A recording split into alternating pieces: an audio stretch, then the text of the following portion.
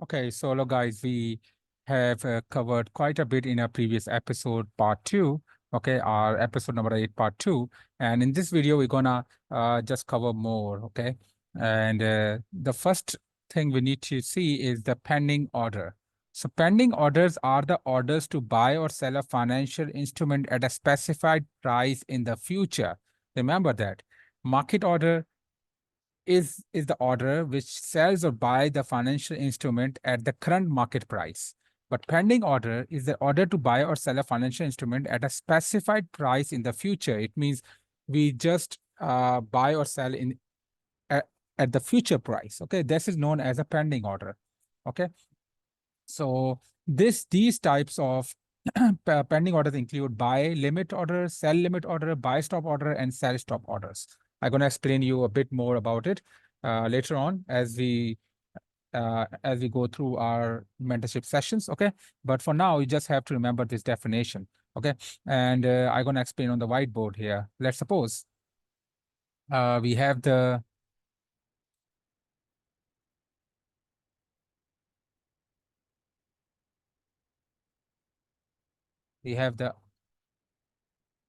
uptrend. We anticipate that the price is going up. Okay.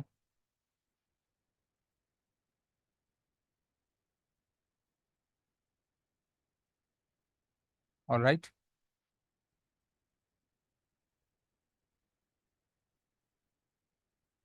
All right. And here, let's suppose this is the current market price.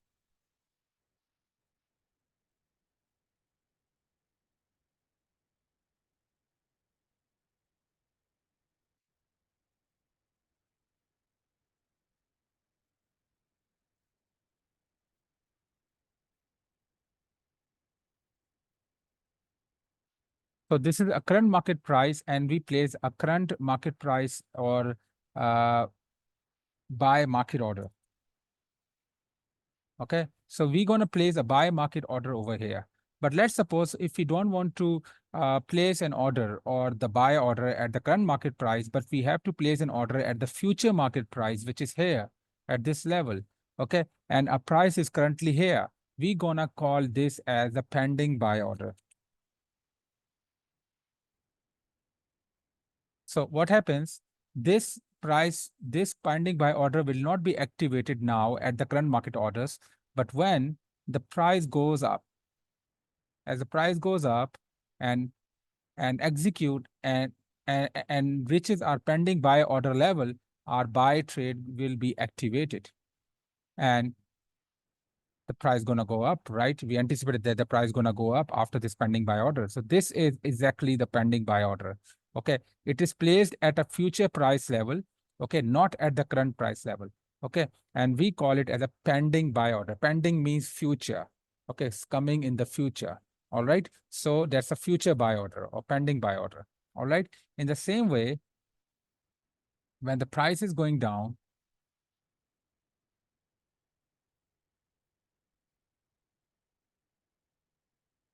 okay, when the price is going down, and we place our sell order, this is a current market price. Okay.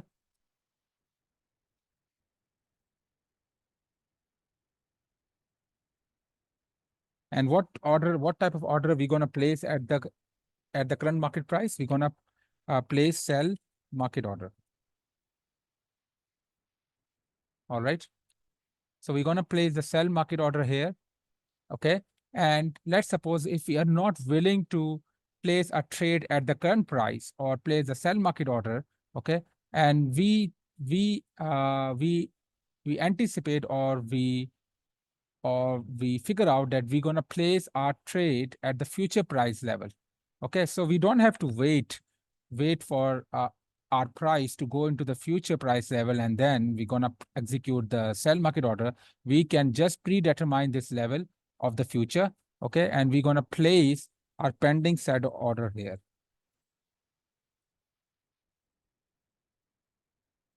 Okay, so what happens once the price goes down into the future?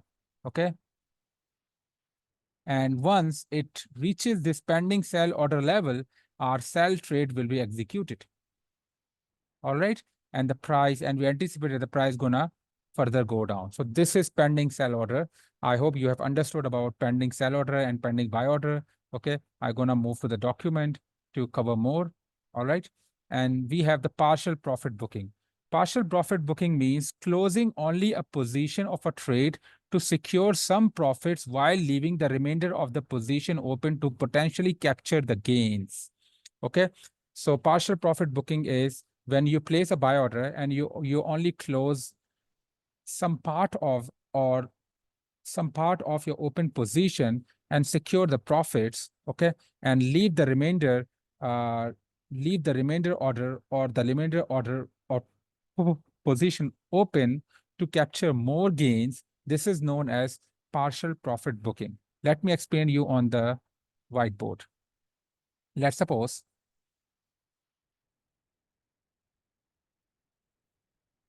we have an uptrend, the price is moving upwards, okay?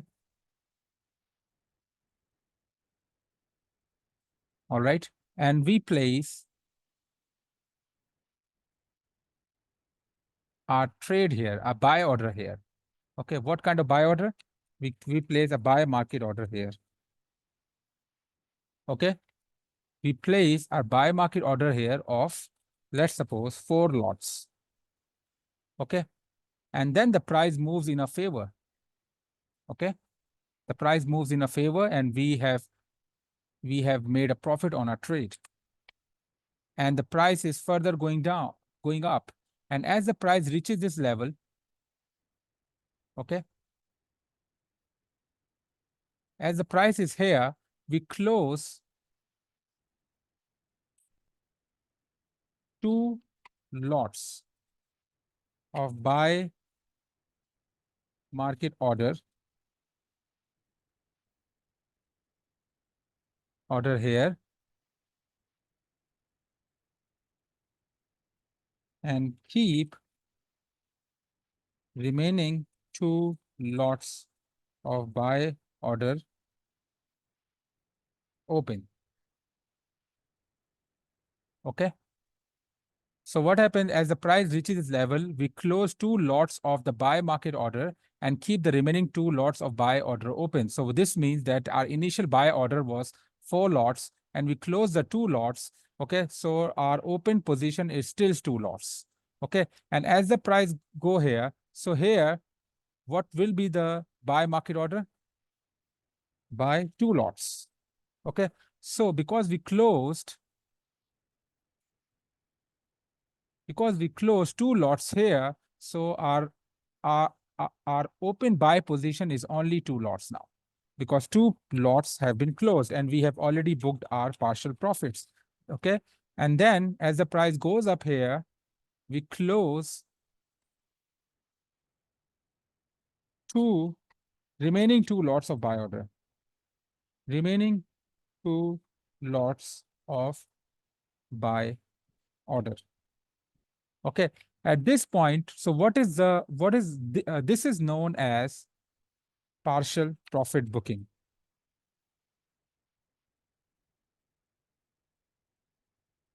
So what is the benefit of this one is that as the price is moving in your favor, you are partially closing the position and keeping the rest of the position open so that you can make more and more profits as the price moves in your favor. This is known as partial profit booking. All right. In the same way, we also have the partial uh, uh, profit booking for the sell order. Let's suppose that the price is going down. Okay.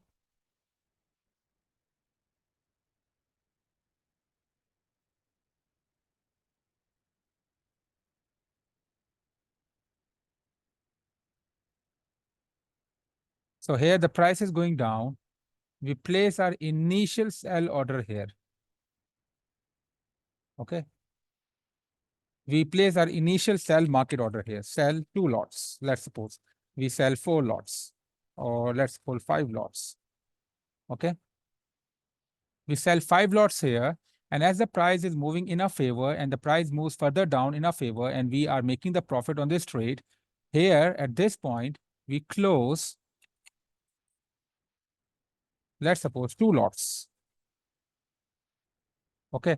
When we close 2 lots here, how many open lots do you have? We have an open lots of 3. 3. Okay. Open lots of 3. And as the price goes down to this level, we close another 3 lots.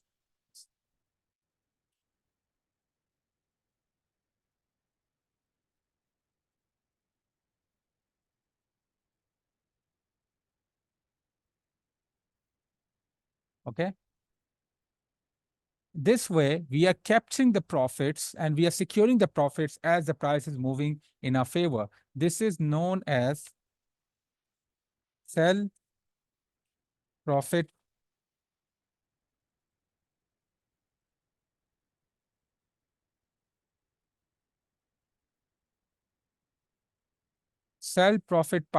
sell partial profit booking. Okay. This mechanism is known as sell partial profit booking. So I hope you got a clear idea about the partial booking of profits. Okay. We're gonna go and see what's next. Liquidity. Liquidity, the ease with which an asset can be bought or sold in the market without causing a significant price movements. It means that how easy we can place a sell order or buy order in the market without causing a huge movements in price. This is known as liquidity. As I've told you earlier in my earlier episodes, that major, minor commodity pairs, okay, they have a very good liquidity. They have a high liquidity. Okay. So it means that you can easily open buy position and sell position instantly when you are trading those assets. But when you are trading the exotic assets have low spreads, sorry, high spreads and uh, low liquidity. It means that the position of buy and sell cannot be opened instantly when you are trading with the exotic currency pairs. Okay, this is liquidity. Okay. Now, let's suppose the price is going down, okay, and you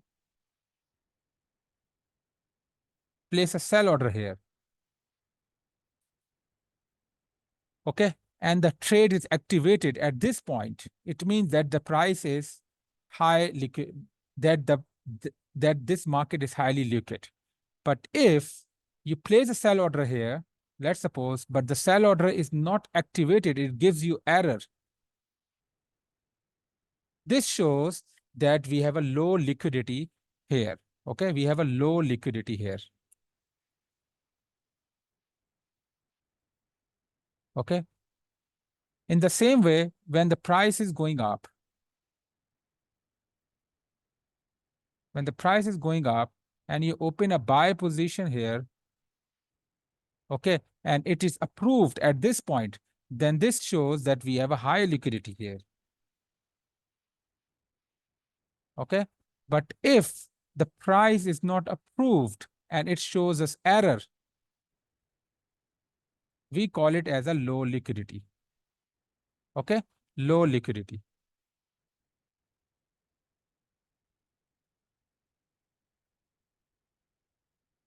All right. So this is the concept of liquidity. Liquidity means how easily an asset can be bought or sold at a current market price. This is known as liquidity. If the asset can be bought and sold, if the buy order or the sell order can be placed very easily without any error or without any flaw instantly at the current market price, then that asset has a high liquidity. But if when you place a buy order or sell order at the current market price, but the order is not placed and you get an error, it means that we have a low liquidity at that asset. So remember that exotics currency pairs they have the low liquidity. When you place your trades in the exotic pairs, you will oftenly get these type of errors. So that's why it is best to avoid the assets like exotics to trade. Okay, you should not trade such kind of assets because you will get a low liquidity errors very oftenly, and they have a very low liquidity. That's why it is always better to stick to major, minor, and commodity currency pairs. Okay.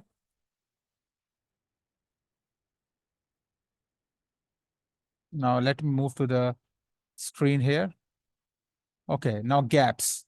Gaps is a price jumps in a financial instrument chart where no trading activity occurs between two consecutive periods. Okay, let me show you the gap here.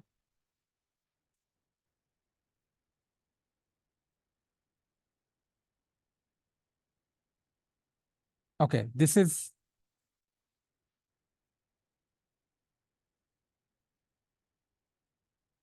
have I omitted the gaps?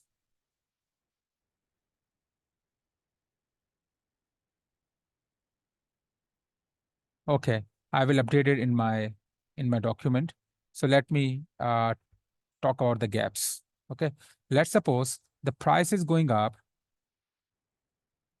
Okay, generally the price is moving up, and then the price the price jumps here and creates a gaps in the price, and then the price further moves up. This is known as gap. So what happens during this gap? During this gap, there is no trading activity.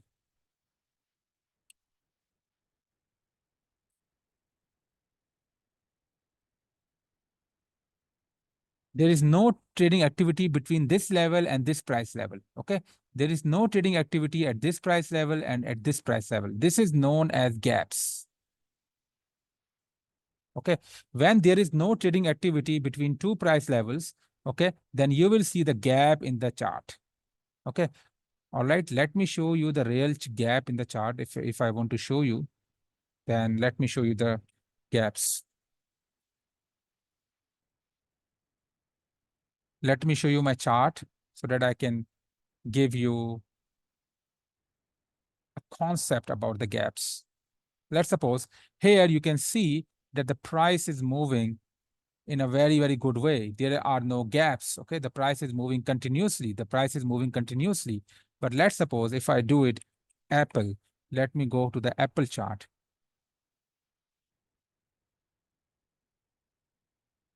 Okay. Now you can see here. You can see here the gaps. This is a gap. Here at this price level and at this price level, there is no trading activity and the price jumps and creates a gap. This is known as gap. In the same way, I'm going to show you gap again. Here you can see that the price is trading continuously. After reaching here, there's a gap because there is no trading activity here at this price level and at this price level. This is known as gap. Okay, this is known as gap. Let me show you more. Here, the price is trading continuously, but as the price goes down, there is no trading activity here. There's a gap. At this price level and between this price level, there is no trading activity. This is known as gap. I hope you got an idea about the gaps. Okay. So now gonna go back to the charts. Now volume. Volume is the number of shares or contracts traded in the financial instrument within a specific period. Okay. Volume. So volume is the number of shares or contracts traded in the financial within a specific uh, period. Okay. For example, you can see volumes here. This is price and this is volume. Okay. You can see how many number of shares are traded. For example, here at this point, you can see on the screen right over here, you can see on the screen it's 2 million. So at this point, 2 million shares are traded. How about this point? If you go here, it's about 1 million shares. Okay, you can see from the 1 million shares. at this volume. So volume shows you the number of shares or the number of contracts traded, okay, traded by the financial instrument or traded within the financial instrument. So this is known as the volume. Okay, so volume and price both are important. So price shows you the price movements of the financial instrument. Volume shows you the number of shares or number of contracts traded during the process of this financial instrument. Okay, so I hope it's clear.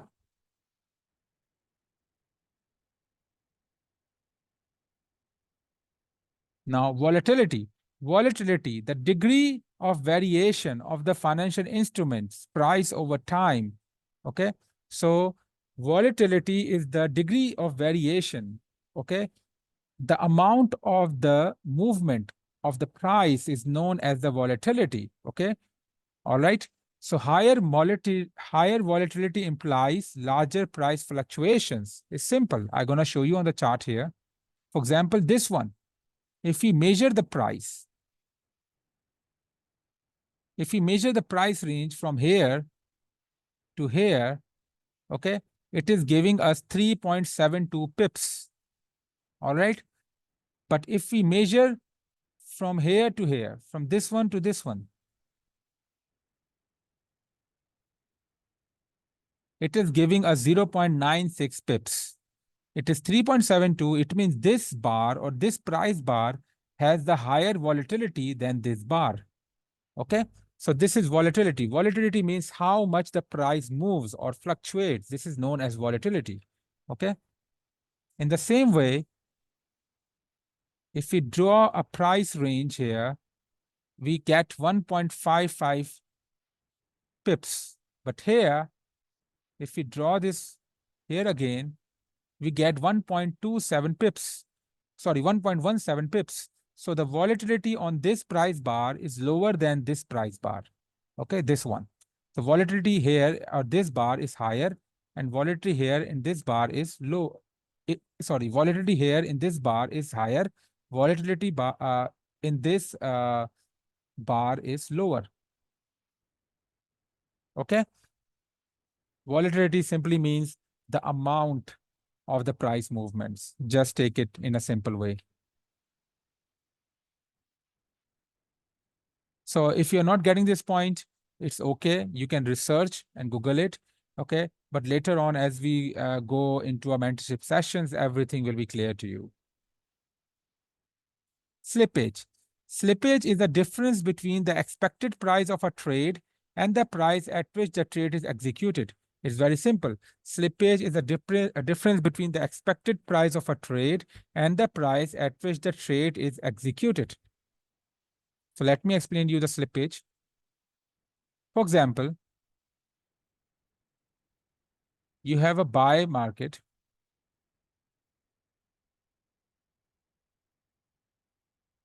The price is going up overall, okay?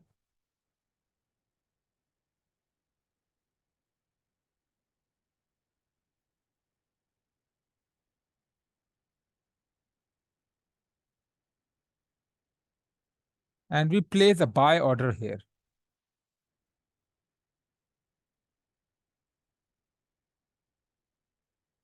Buy market order. And this is our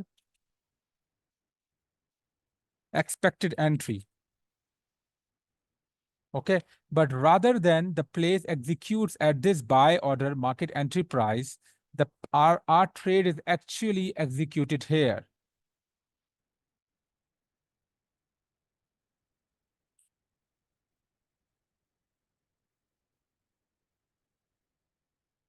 We are expecting that our buy order will be executed at this price, but in reality, our buy order is activated here. This is known as slippage. This means that the price slips, and therefore it creates a slippage. We do not get an ideal entry point. So what happens during the slippage? we do not get ideal entry price. Okay, we do not get an ideal entry price. We were expecting that our buy order will be executed here, but our actual buy was executed at this price. This is known as slippage. All right. So this is known as slippage. So remember that exotic assets will have a high slippage. And that's why it is very difficult to trade exotics. But if you trade major currency pair, minor currency pair, or even the commodity currency pair, or even the commodity pairs, you will not experience any kind of slippage. You will not experience this kind of slippage. So that's why it is always advisable to trade major forex pairs, minor forex pairs, commodity currency pairs, and the commodity pairs. All right. In the same way, when the market is going down and we place a buy order here, but our buy order is executed here, okay? Sorry, we place a sell order here. We place a sell order here, expected, but our sell order is executed here, which is actual. This slippage, this slip is known as slippage. Slippage. All right. So I hope you got my point, and it's very, very easy to understand. Okay.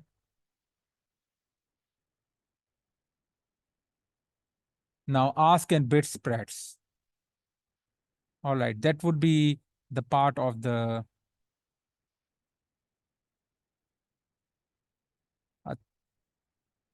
part 3. Okay. So we're going to cover it in the next part of this episode.